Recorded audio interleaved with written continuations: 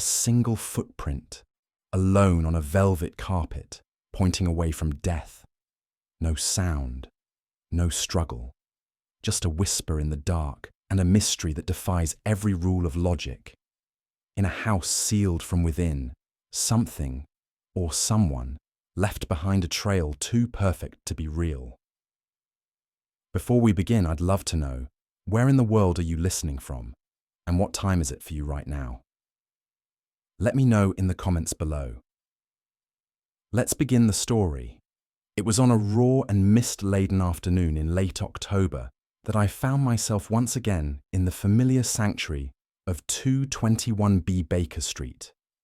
The air beyond the window panes was thick with a persistent drizzle, reducing the gas lamps along the street to dull, flickering orbs in a sea of grey. Within, the fire hissed faintly upon the hearth, and Sherlock Holmes sat, legs crossed, in his favourite armchair.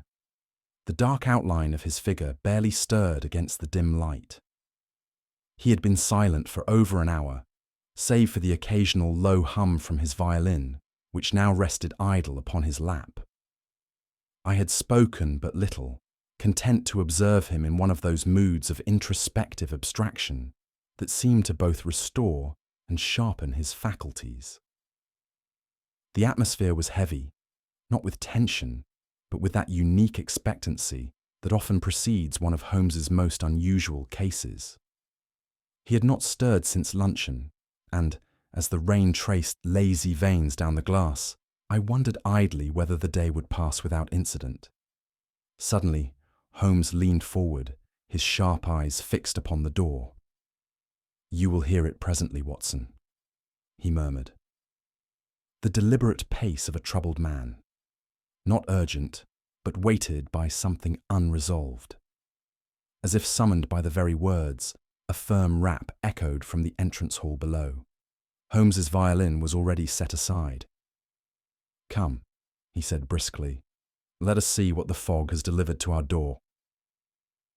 The door opened to admit a man of middle years, tall and lean, with deep-set eyes and a brow furrowed not by age, but by unease. He removed his hat with a slow hand, and his long fingers trembled slightly as he held it to his chest. His coat bore the fine cut of Savile Row, though travel had left it speckled with mud and the scent of wet wool. "You are Mr. Sherlock Holmes?" he asked, his voice controlled, though a note of tension betrayed his composure. Holmes inclined his head. "And this is my colleague, Dr. Watson. Pray sit by the fire. You are far from home, I imagine." The man sank into the armchair opposite Holmes, casting a glance at me before returning his attention to my friend. "My name is Julius Farrington. I am a solicitor with the firm of Farrington, Rowe and Helstone. I have come directly from Wiltshire, Ashcroft to be precise. I bring with me a matter of grave and, if I may say so, singular nature." Holmes steepled his fingers. "Singularities are the very coin of our trade, Mr. Farrington." The solicitor nodded solemnly. "Then I believe, Mr. Holmes, that you shall find this matter to be most engaging indeed. It concerns the death of a man under circumstances so peculiar that reason itself falters, and the woman now accused may hang for a crime she did not commit." Holmes's eyes glittered. "You have my complete attention." Mr. Farrington leaned forward, his hands clasped tightly as though to still their betraying tremors. "The matter concerns my client, Lady Clara Drummond, widow of Sir Gideon Drummond of Ashcroft Manor. 2 nights past, she was found kneeling beside her husband's body at the foot of the great staircase. Sir Gideon was dead, his neck broken from the fall, the balustrade shattered where he had struck it. Holmes did not speak, but I could see that his gaze had sharpened, following each word with deliberate precision. "The local constable," Farrington continued, "has all but closed the case. He maintains that Lady Clara pushed her husband in a fit of rage. The evidence, he claims, is irrefutable. There were no signs of forced entry. The household staff were accounted for. And yet," he paused, "it is the footprint, Mr. Holmes, that haunts the case. The entire hallway had been recarpeted only the week before.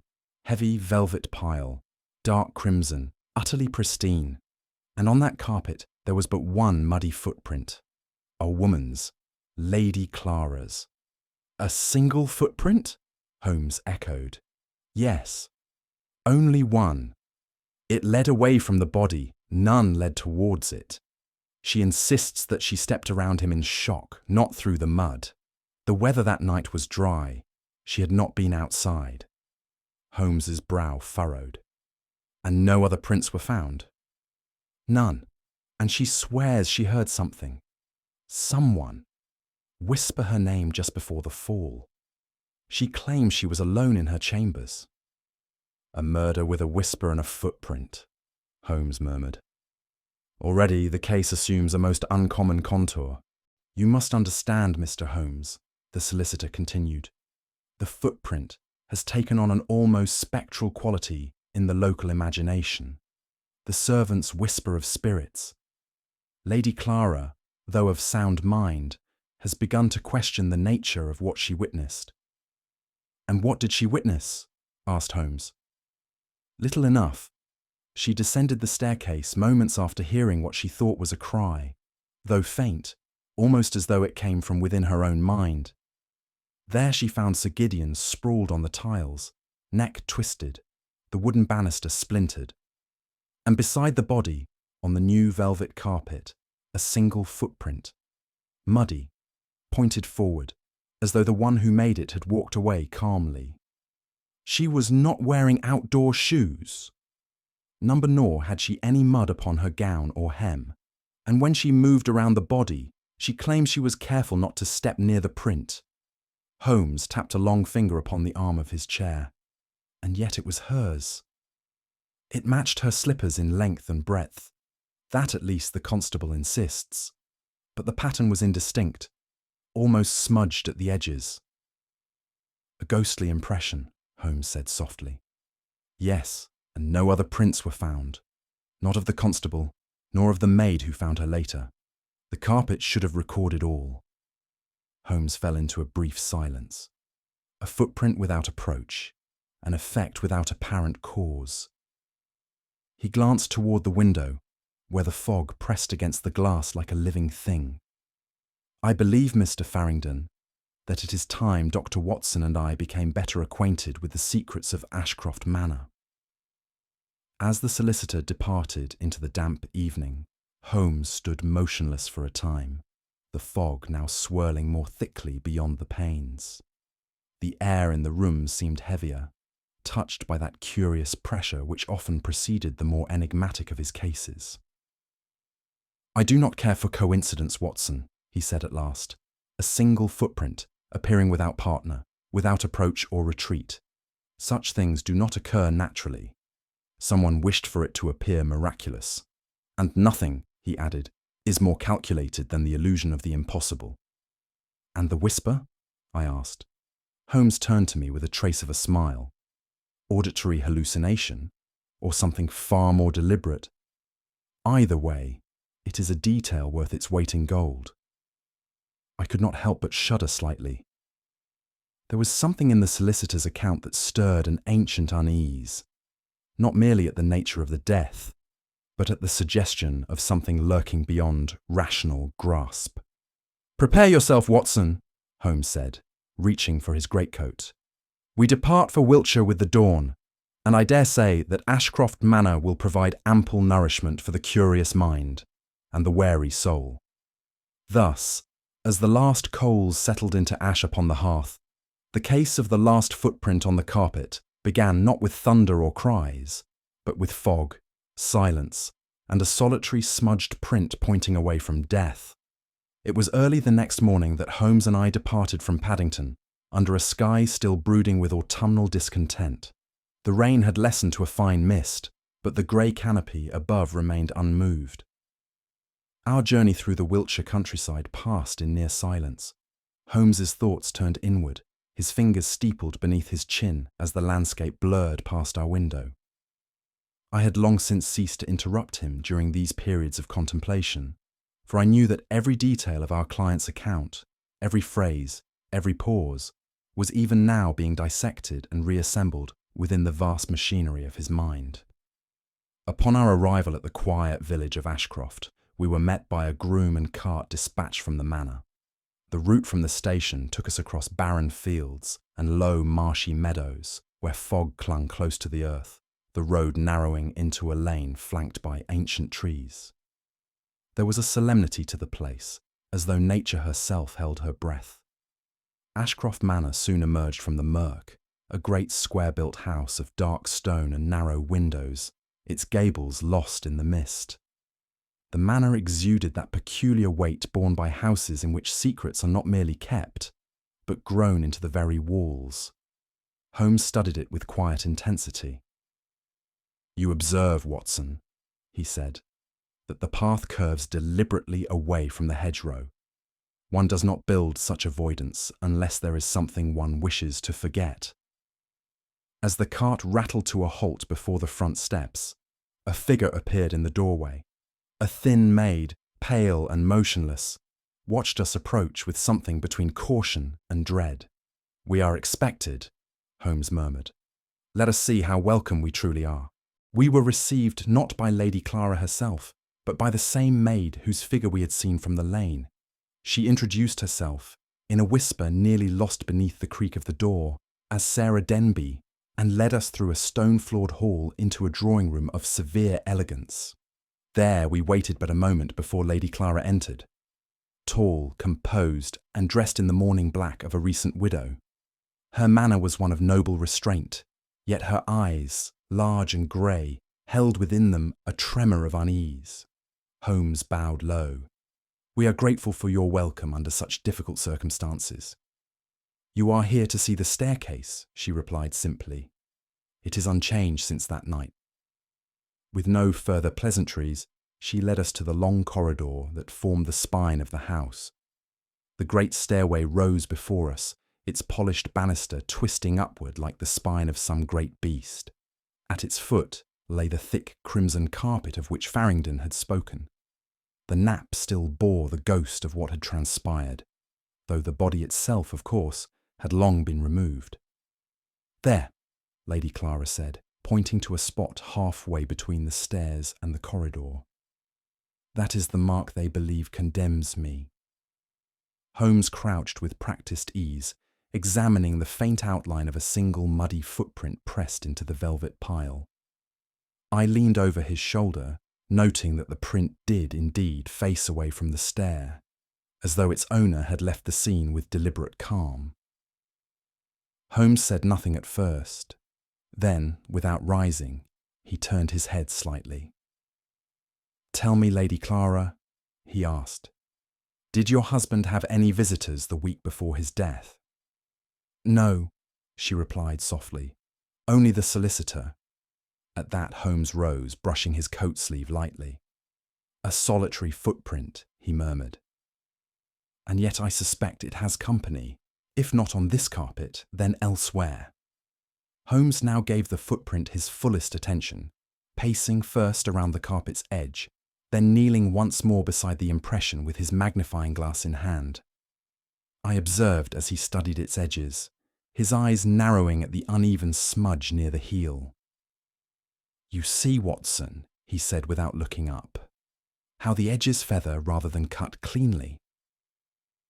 That suggests the print was made with downward pressure, slow and deliberate, rather than the natural step of one in motion."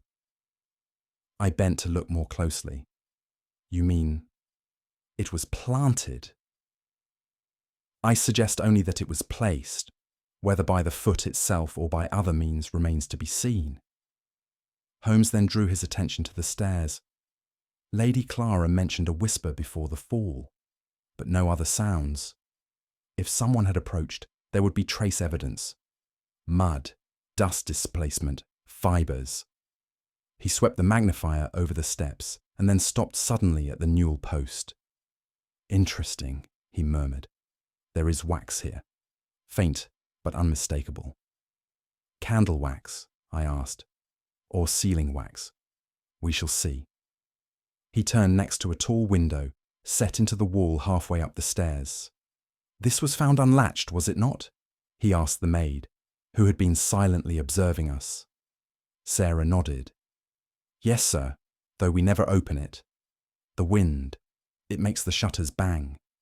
Holmes examined the sill, and beneath it, the wainscoting. "No mud," he muttered. "Not even disturbed dust." He straightened at last, brushing his knees. A footprint without a journey. A window opened from within. Wax where there should be none. He turned to me with that familiar gleam of interest bright in his eyes. "The threads are present, Watson. Now we must find the needle." As Holmes resumed his scrutiny of the banister, I turned my attention to the inhabitants of the house, for it seemed to me that each face concealed more than it revealed. Lady Clara Drummond, now seated quietly upon a chaise in the morning-room, bore the outward signs of grief with admirable composure. Her pale complexion, framed by dark hair drawn tightly at the nape, lent her the aspect of a Grecian statue, one formed not of a marble, but of something brittle and human. There was a dignity in her silence, but also a tremor in the hands that held her tea untouched. "I have known sorrow, Dr. Watson," she said, in answer to my polite inquiry, "but not like this. There is something in this house now, something that lingers." I said nothing, though her words chilled me more than I cared to admit. Of Sir Gideon Drummond I learned mostly through allusion. A financier with foreign dealings and an acerbic manner, he had returned only a week prior from a business expedition to Marseille.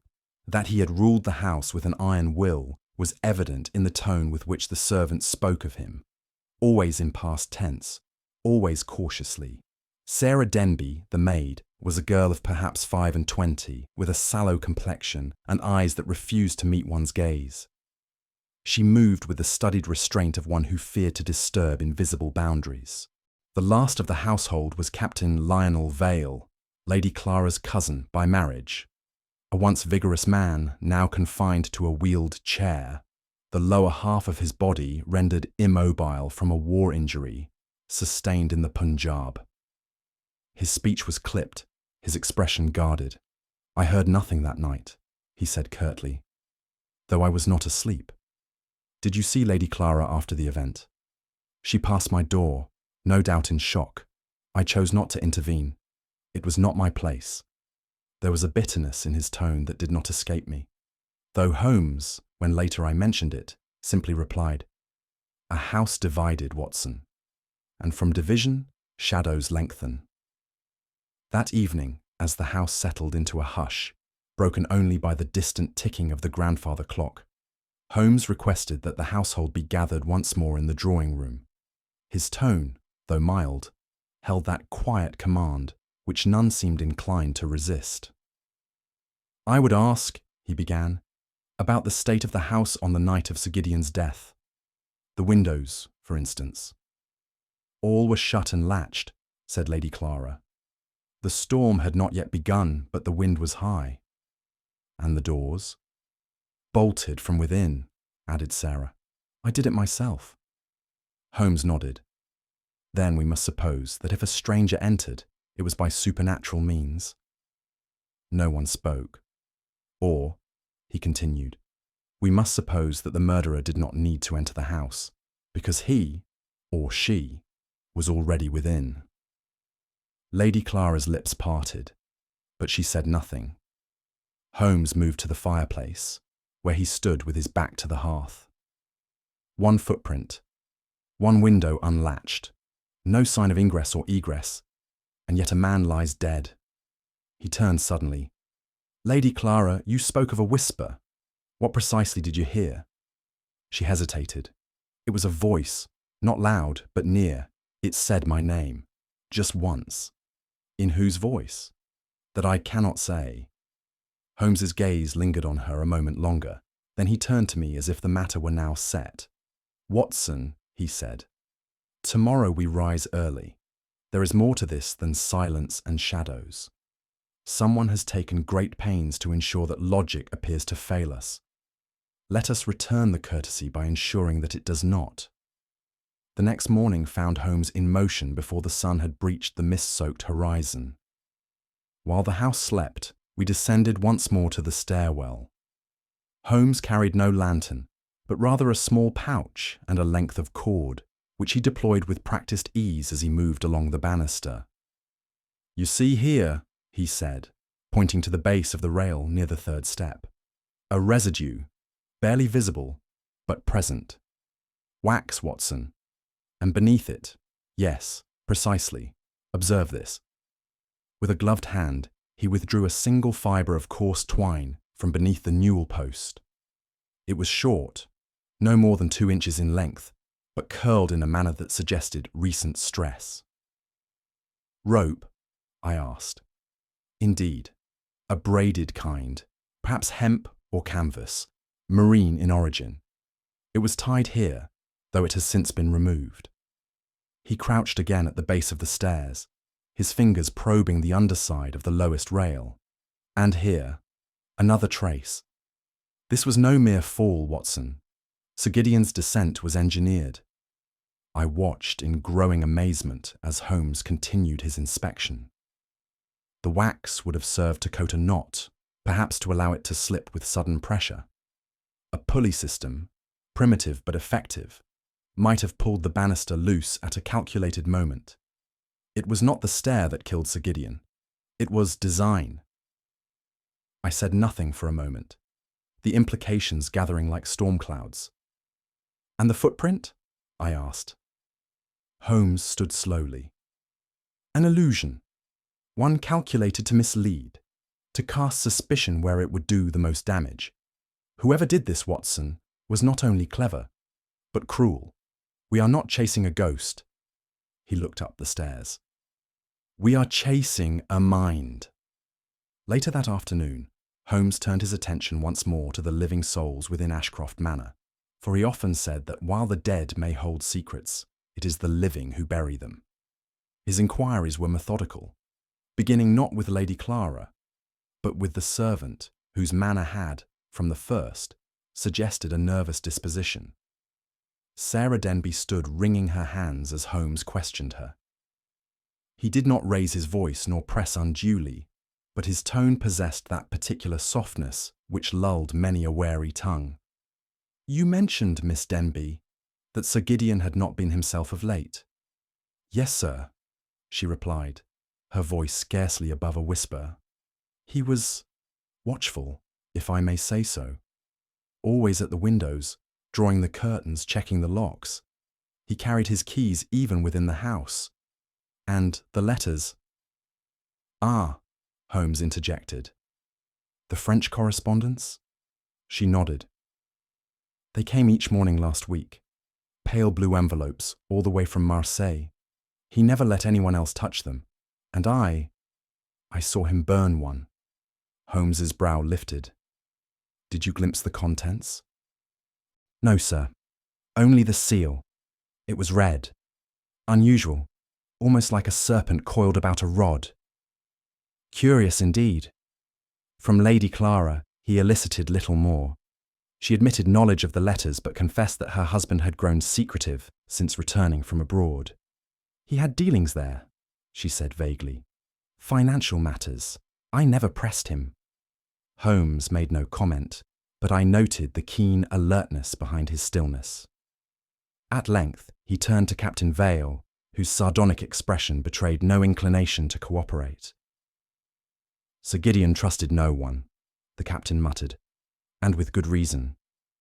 "You include yourself in that indictment?" Holmes asked mildly. "I include everyone, Mr. Holmes." Holmes smiled faintly.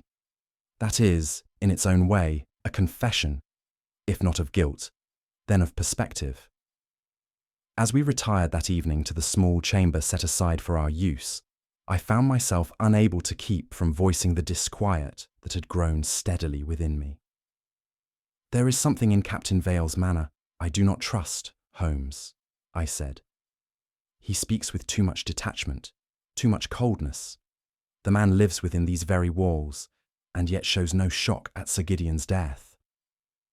Holmes, who had taken up his pipe, cast me a sidelong glance. "You are not alone in that impression, Watson. Indeed, I had hoped you would notice it.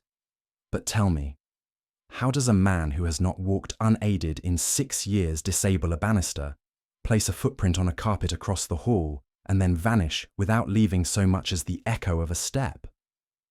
I paused, abashed. I suppose. He could not. Quite. Suspicion is a fine fire, Watson, but it must be fed with wood, not smoke. Still, I could not shake the feeling that Vale's bitterness concealed more than disillusionment. What of motive, then? Could he not have wished the man gone?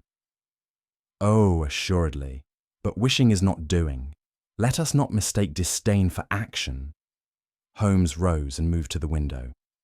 I believe, Watson, that we are being led to believe in ghosts, in locked doors, in paralyzed men capable of impossible feats. And when one is being led, the wiser course is to ask who leads. He turned from the window with that sharpness I had come to know as the signal of an impending move. Tonight, he said, we remain watchful. For I suspect the dead man's secrets are not yet at rest. And someone, somewhere, grows nervous that they may yet speak. That night, we did not sleep. By Holmes's instructions, we extinguished the lamp in our room and kept watch through a narrow crack in the door, which afforded a partial view of the stairwell. The manor had fallen into a silence so deep it seemed unnatural, broken only by the occasional creak of wood settling or the whisper of wind through the flue. Hours passed without event, until shortly before 3, when Holmes, seated beside me with unblinking focus, laid a quiet hand upon my arm. There was movement. A shadow, long and lean, glided from the west hallway and crept toward the foot of the stairs. It moved with practiced caution, pausing often to listen. A hand reached out, not to the steps, but to the carpet. Holmes rose noiselessly and stepped into the corridor. "That will do," he said, his voice low but unflinching. The figure froze. For a moment, all was still. Then a cry, a stifled gasp, escaped the intruder's lips. Sarah Denby. She stood now in the low light of the corridor, her face pale as moonlight, one hand clutched to her breast. I was only attempting to clean," Holmes finished for her, glancing at the brush she had dropped. She said nothing. Holmes stooped to retrieve the object, and yet this spot was already clean. One wonders what evidence might have been disturbed. He looked to the footprint. The edge now appeared faintly brushed, just enough to blur, but not remove. "Why?" he asked simply. I was told," she faltered. Holmes gave no further chase. "You will speak freely tomorrow, Miss Denby. For now, return to your room." She obeyed, trembling. As the door closed behind her, Holmes turned to me with eyes alight. "Someone is growing desperate, Watson. The ghost is restless, and the one who made it is trying to bury its footprints." The following morning, Holmes requested that we examine the library, a high-ceilinged chamber whose walls bore the weight of countless leather-bound volumes, many of which, judging by the dust, had not been disturbed in decades. He moved slowly about the room, not with the aimless curiosity of a reader, but with the deliberate steps of a man testing the very bones of the house. "There is something absent here, Watson," he said quietly. "A man like Sir Gideon, so full of caution and secrets, would have kept more than letters in his study. And yet I find no safe, no drawer with false base, no iron box beneath the desk." I nodded. "Then you believe he concealed something here?" Holmes's hands passed lightly along the panelled wall behind the desk. "I believe he hid something of sufficient value or danger that it could not be left in open view. And men such as he, secretive, suspicious, build their own labyrinths." He pressed upon a section of the wainscot where the wood bore a faint discoloration. There was a quiet click, and the panel gave way. Behind it lay a narrow recess, no wider than a man's hand. Within it, wrapped in a silk scarf, was a small parcel. Holmes retrieved it with care. Inside lay a pair of women's slippers, identical in style and size to those worn by Lady Clara. But these bore a stain unlike anything I had seen. "Clay," Holmes said, turning one sole toward the light. "From Marseille. The precise composition, silt-heavy, reddish-grey, matches samples I observed during a case 2 years ago." "Lady Clara has never been to Marseille," I said. "Precisely, and yet her supposed footprint contains elements from it." He replaced the parcel in silence. "We are not merely contending with concealment, Watson," he murmured. "We are contending with a deception so meticulously crafted, it required a second pair of shoes." Holmes remained standing at the threshold of the hidden panel for some moments, his arms folded and his gaze fixed upon the slippers in his hand, as though they were a cipher waiting to be cracked. I had seen him thus before, on the brink of revelation, where silence spoke louder than words. "You observed, Watson," he said at last, "that Lady Clara's footprint was singular. No approach, no retreat. Just one mark. It was a question that troubled even the constable. But now we have its answer." He held up the slippers again. "These are not hers. They were made to resemble hers, but they are slightly stiffer, the stitching finer, newer. And the clay, that does not belong to Wiltshire." "Then the print was created after the fall?" I asked. "Indeed. Most likely with the slippers held in the hand and pressed into the carpet with care. Note the slightly blurred edge of the heel. A natural foot would not produce that effect unless the wearer was unnaturally careful." "But why?" I asked. "To frame her. Yes, and more than that." Holmes's expression darkened. "To introduce confusion, to create an illusion, a ghostly trace where logic falters. When people see the inexplicable, they reach for superstition, not reason." He paced once along the library's edge. "Lady Clara's supposed guilt is too obvious, the evidence too perfect. It is not the work of a desperate man, but of a cold one, calculated, patient." "Then who—" Holmes stopped me with a glance. "Not yet, Watson. We are close, but not finished. The case is no longer about how Sir Gideon died, but how someone intended for his death to appear." That afternoon, Holmes and I returned once more to the staircase, the grim theatre of the crime. But this time, his purpose was not merely observational. With gloves drawn tightly over his hands and his gaze sharpened to its most forensic intensity, he began a second examination, not of what was visible, but of what might have been tampered with. He crouched by the fourth baluster and began to run his fingers along the underside of the rail. "Feel this," he said, motioning me to kneel beside him. "Here, just under the curve. Can you not detect a faint groove?" I pressed my fingers where he indicated, and did indeed find the impression, like the path left by a small wire or string drawn taut under weight. "I believe this was where the rope was affixed," Holmes said. "One end attached here, the other run through a pulley or ring fastened above. The candle wax we found yesterday would have been applied to a knot or loop designed to slip at the critical moment." "A trigger?" I asked. "Of sorts. Imagine. Sir Gideon begins his descent. The pressure on the rail is ordinary, but as he reaches a precise point, a sharp tug, perhaps from someone concealed behind the curtain or even from the gallery, releases the support. The rail collapses under him and he falls. But to kill by such a method requires patience, foresight, and an intimate knowledge of the house's architecture, not the act of a stranger." He stood, brushing his knees. "This was murder, Watson. Cold and deliberate. It required tools, planning, and time. It was not born of rage. And once it was done, it was staged. The unlatched window, the ghostly footprint, the locked doors, all designed to invoke the impossible. And yet someone feared discovery enough to return and brush the carpet. Indeed, because even the most perfect deception is vulnerable when examined too closely. Holmes's eyes grew distant. We are being watched, Watson. I feel it. Not with eyes of fear, but of calculation. The one who planned this knows we are drawing near. He turned abruptly.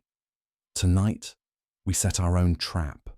For when the spider sees the fly has teeth, it must come down from the web and strike. The following day passed in a peculiar hush. Holmes moved with an air of quiet deliberation, the intensity of his purpose masked beneath a veil of polite conversation and idle movement. Only I, who had watched him closely for years, could see that the machinery of his mind was fully engaged. "Watson," he said to me as we walked the length of the upper corridor that evening, "tonight we invite our quarry to step from shadow into definition." "And how do you propose to catch them?" "With a footprint," he said with a faint smile. He retrieved from his satchel a small pouch of fine soot and a shallow pan of chalk dust, which he laid carefully near the edge of the stair rail. "We are not attempting to trap them in the vulgar sense," he explained, "but to catch them revealing themselves." With methodical care, he dusted a narrow stretch of the stairwell, just enough to mark the touch of a hand, the press of a finger. "Now," he continued, "you will ask Lady Clara and Captain Vale to take tea with you in the drawing-room after supper. Speak of nothing in particular, weather, books, the melancholy of autumn, anything that keeps them engaged and present. I will excuse myself midway under the pretext of collecting tobacco." "And what will you do?" Holmes gave no reply, save to tap his breast pocket, where the tools of his trade waited. "That will be enough," he said. "The house will feel secure. That is when a spider begins to lower itself." I obeyed his instructions to the letter. By 8:30, our guests were seated. The fire crackled gently, tea was poured, and conversation lulled. At 9:15, Holmes rose and excused himself, his footfalls fading down the corridor like the ticking of a clock that has stopped counting. The house had taken on a quality of deep stillness, as though it held its breath. I sat with Captain Vale and Lady Clara, the former silent and staring, the latter visibly frayed, though trying admirably to maintain her composure. Time stretched with unnatural slowness, each minute longer than the last. And then I heard it. A faint creak. Not from the drawing-room, but from the corridor leading to the stairwell. I strained my ear. Another creak followed, lighter, cautious, like the brush of a slipper on wood. Lady Clara turned her head, perhaps hearing it too. "Did you—" she began. I raised a hand. "Stay here," I said quietly. I stepped into the hallway, my footsteps muffled. The air was cooler there, and still thick with the scent of polished oak and extinguished fires. At the end of the corridor, the staircase curved silently upward in its brooding arc. And there, just at the top, I glimpsed it. A shadow, moving with feline grace, glided downward, one step at a time.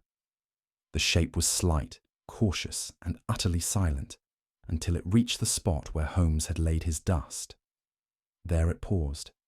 Then a hand stretched out, slow, deliberate, and touched the rail. In that instant, Holmes stepped forward from the darkness of the upper landing. "That will suffice," he said, and the figure froze as though struck by lightning.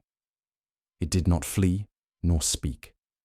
The silence deepened, then cracked once again by the unmistakable sound of a breath caught in fear. Sarah Denby stood revealed at the base of the stairs.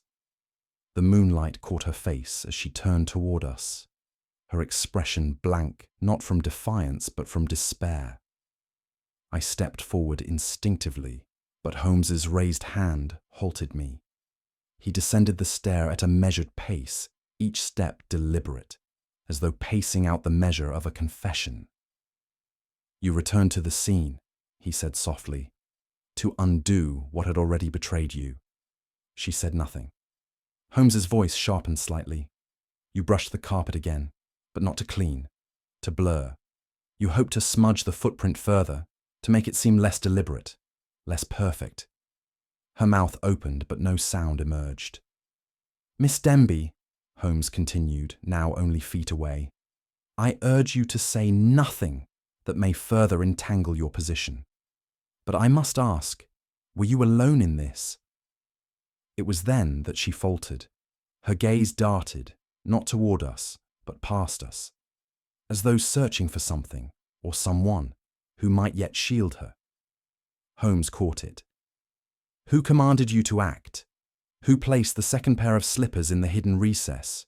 Who whispered in the dark and paid you in silence? Still she remained mute.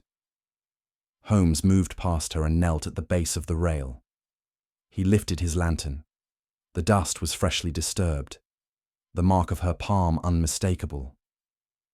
You were not the architect, he said. You were the hand that acted. At last she spoke, her voice no louder than a breath. I didn't mean for him to die. Holmes's gaze remained steady, but someone else did. And then, from the far end of the hall, the sound of hoofbeats on gravel broke the stillness. Holmes rose sharply. Watson, he said.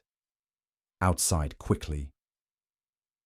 There is but one man who would flee upon the fall of his accomplice. I did not hesitate.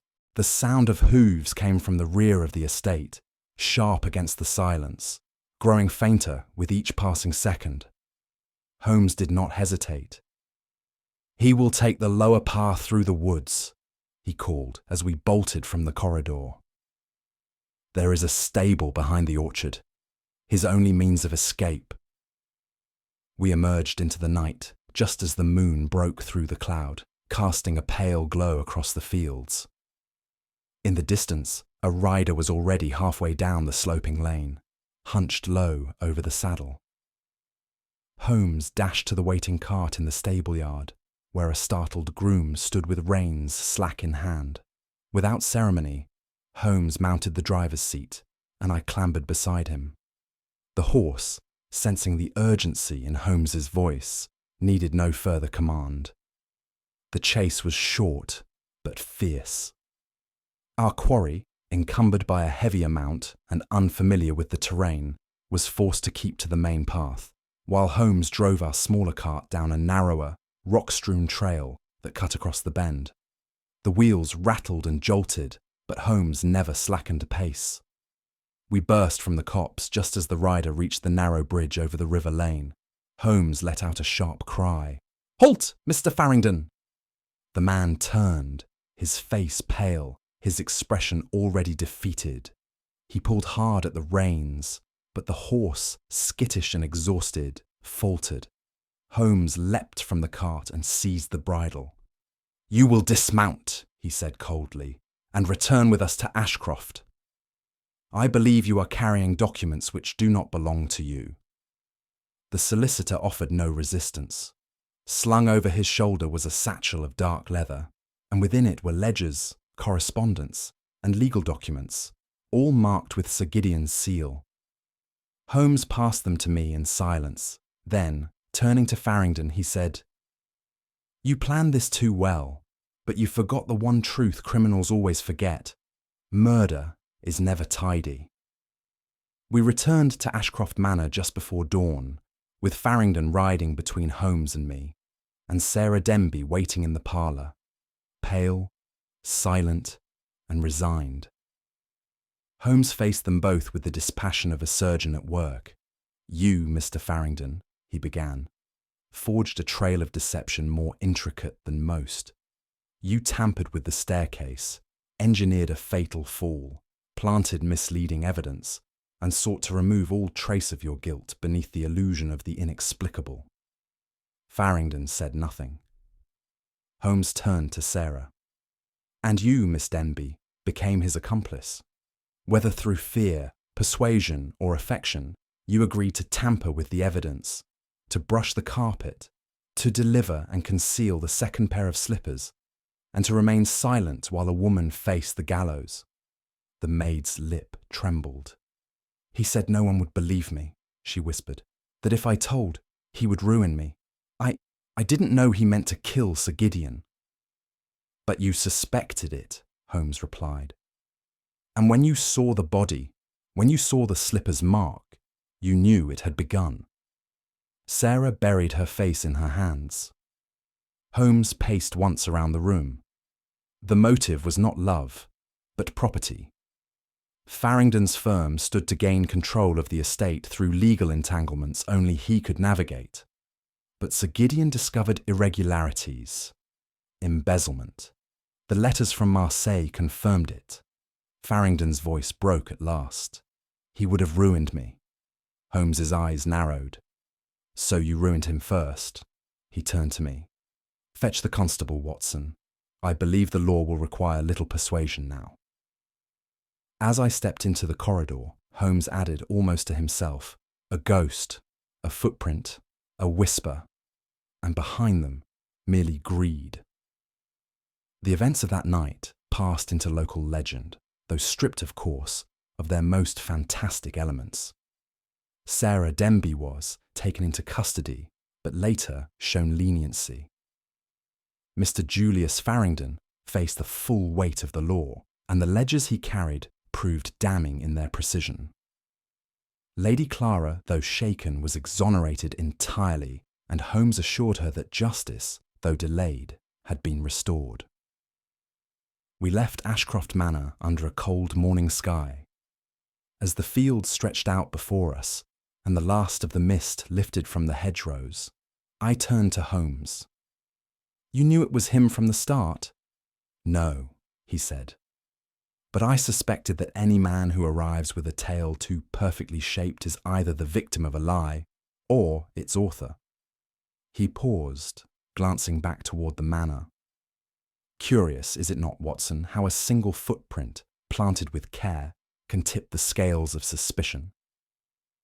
And yet you read it rightly." He nodded. "It is not the presence of a clue, Watson, that defines its worth, but the intention behind it. And the more theatrical the clue, the more human the hand."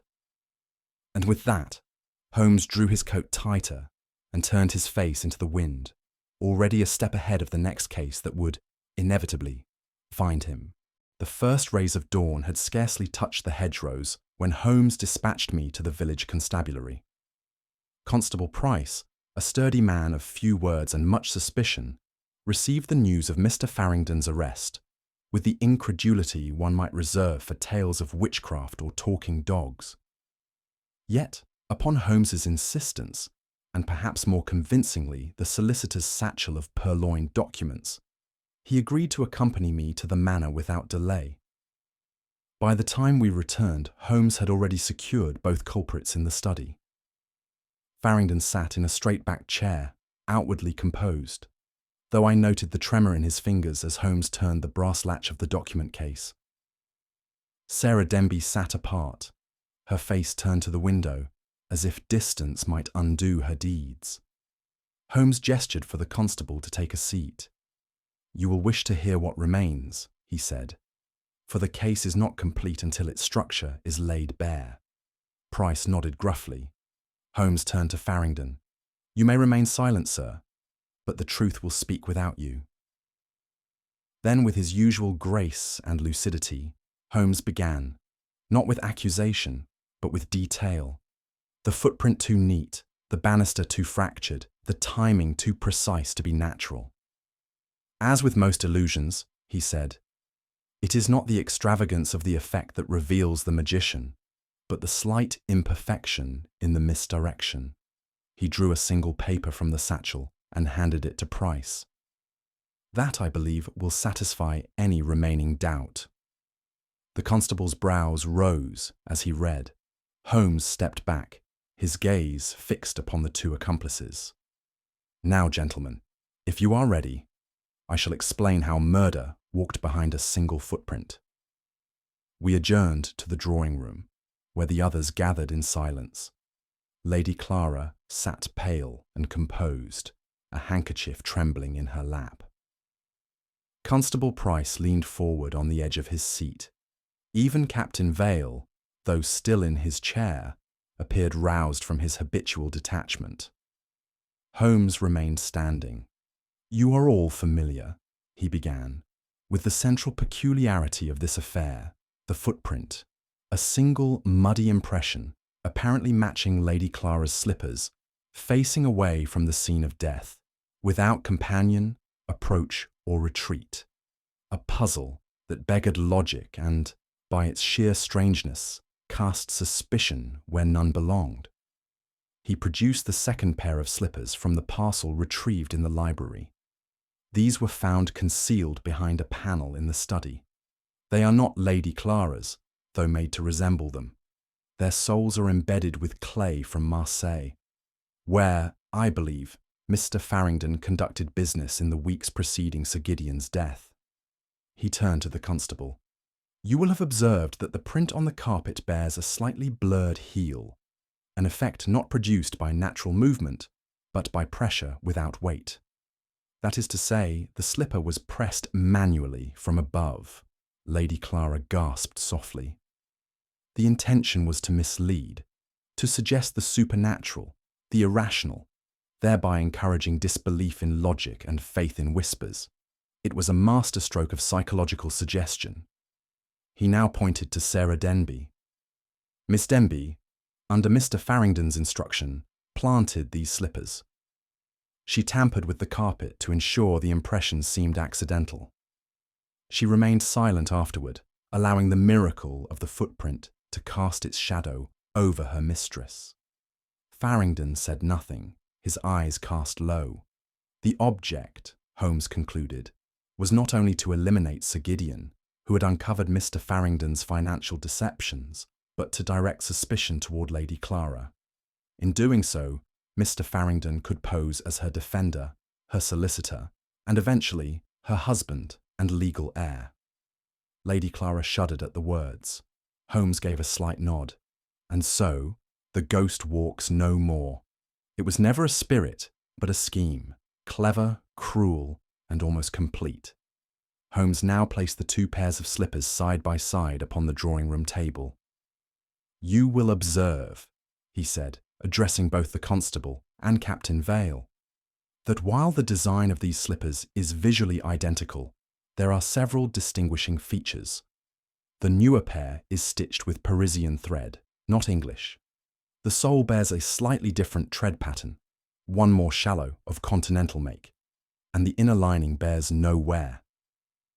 He turned them gently in his hands. Lady Clara's own slippers, by contrast, are creased at the toe and heel, indicative of habitual use. More tellingly, her pair show flecks of house dust and nothing more. But these, he gestured to the impostor pair, carry a fine residue of French clay. The soil near Marseille is quite unique, mineral heavy, reddish grey, and coarse. Even in small quantities it clings. He glanced toward Farrington. It was clever to import the slippers from the continent, even cleverer to conceal them in a place no one would think to search. But you forgot one thing. Lady Clara had never set foot in Marseille. A murmur rippled through the room. Constable Price leaned forward. "Then the print was never hers?" Holmes shook his head. "Number It was made with this slipper alone, pressed by hand into the carpet after the murder. The unnatural angle, the depth, the absence of return steps, all confirm the deception." Sarah Denby's shoulders sank further. "But it was too perfect," Holmes continued, "too theatrical. That is the folly of such illusions. They dazzle the eye and dull the reason, until someone chooses to see not the effect, but the intent behind it." He turned to me then, with a faint smile. "Always follow the line of logic, Watson. Even when it seems to vanish, it continues beneath the surface." Holmes now retrieved from the satchel a folded sheaf of correspondence, the topmost bearing a red seal, coiled serpent, and staff, unmistakable even at a glance. He handed it to Constable Price, then turned to address the room with the calm authority of one who holds the final piece of the puzzle. "These letters," he said, "arrived in secret and were burned just as secretly. But not before Sarah Denby caught glimpse of their distinctive seal. The sender was a shipping firm in Marseille, one tied by no coincidence to Farrington's overseas dealings." Holmes lifted one of the pages, its contents marked in French and accompanied by figures. Sir Gideon, it seems, had requested clarification on discrepancies within the firm's ledgers, discrepancies that, if made public, would have irreparably destroyed Farrington's career. He paused. "The final letter, the one Gideon never read, details falsified bonds and misappropriated funds routed through shell accounts. It is a full confession, written by a clerk whose conscience, it seems, caught up with him." Lady Clara pressed a hand to her mouth. But Sir Gideon had already begun to suspect. His growing paranoia, his obsessive locking of doors and watching of windows. It was not madness, but vigilance. He feared retaliation, and rightly so. Holmes turned now to Farrington. "Faced with exposure, you chose a darker path. You could not bribe Sir Gideon. You could not escape the law. But you believed you could destroy him and claim the estate in one masterstroke.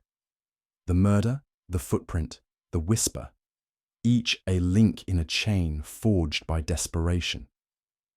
Farrington's expression remained stony, but in that silence I saw the terrible weight of guilt settling upon him. "And yet," Holmes said softly, "you overlook the oldest law of all, that truth, however buried, leaves a trail for those who know where to look." Holmes now stood quite still, his long fingers interlaced behind his back as his gaze shifted from Farrington to Lady Clara, and then to the silent, trembling figure of Sarah Denby. "There was more here than embezzlement," he said, his voice lower, almost reflective. "More than fraud and fear. There was longing, old affection, twisted by time." His eyes fixed on Farrington. "You loved her once, before her marriage, and when Sir Gideon returned from Marseille, stern and suspicious, you saw not only danger, but opportunity." Lady Clara stared, her brow furrowed. "I did not know," she whispered. "No," Holmes said gently. "He never told you, but to him it justified everything. If Sir Gideon were gone, if you were left vulnerable, he believed he might become both protector and beneficiary." Farrington's face flushed, but he did not speak. Holmes turned now to Sarah. "And you, perhaps, were promised something as well. A future, a favour, a place beside a man who saw you as useful, if not equal. But such illusions crumble in the light." Sarah wept quietly. "It was a web," Holmes continued, "of greed interlaced with sentiment, of revenge dressed in concern, a trap set not in haste, but in calculation." He glanced toward the hearth, where the final coals glowed faintly. "And in the centre of that web, the most damning element of all, belief. You believed you would not be caught, that your cleverness would pass as chance. But cleverness without conscience," he added, "is always doomed to collapse." As we rode from Ashcroft Manor beneath a grey morning sky, I found myself once again humbled by the strange power of Holmes's mind. What had begun as a single footprint, enigmatic, haunting, had unfurled into a tapestry of deceit so intricately woven that even I, who have seen many of Holmes's triumphs, felt a renewed sense of awe. "You traced it all from a slipper's impression," I said at last, and a whisper in the night. Holmes did not look at me. His eyes were on the hedgerows drifting past the carriage window. "There is no ghost, Watson," he said quietly, "only the impression of one left by a hand too clever for its own salvation." I nodded, and we fell into silence. Then Holmes added, almost as though speaking to himself, "Murder does not announce itself with blood. It arrives in silence, in misdirection, in things that do not belong, like a single footprint facing the wrong way. He turned to me at last. But the criminal always leaves a trace, however faint. Every ghost, Watson, no matter how well dressed, leaves a footprint. And with that, we drove on through the mist, the case of Ashcroft Manor closed, but its memory lingering like a shadow upon the carpet of my thoughts. As we walked the quiet lane away from Ashcroft Manor, I turned to Holmes and said, all that cunning, all that planning, and yet it unravelled with a single footprint. Holmes gave a faint nod. It is the great irony of crime, Watson. The more intricate the illusion, the more visible its creator becomes. Simplicity is the true disguise, but few criminals possess the humility to use it. He paused. In the end, it was not the footprint that betrayed him, it was the need to astonish. What do you think was the criminal's greatest error? Was it the footprint itself or something deeper? If this mystery intrigued you, do share your thoughts in the comments. Subscribe for more timeless Holmes investigations and pass the story along to friends who enjoy a clever twist. The mystery is solved, but the questions linger.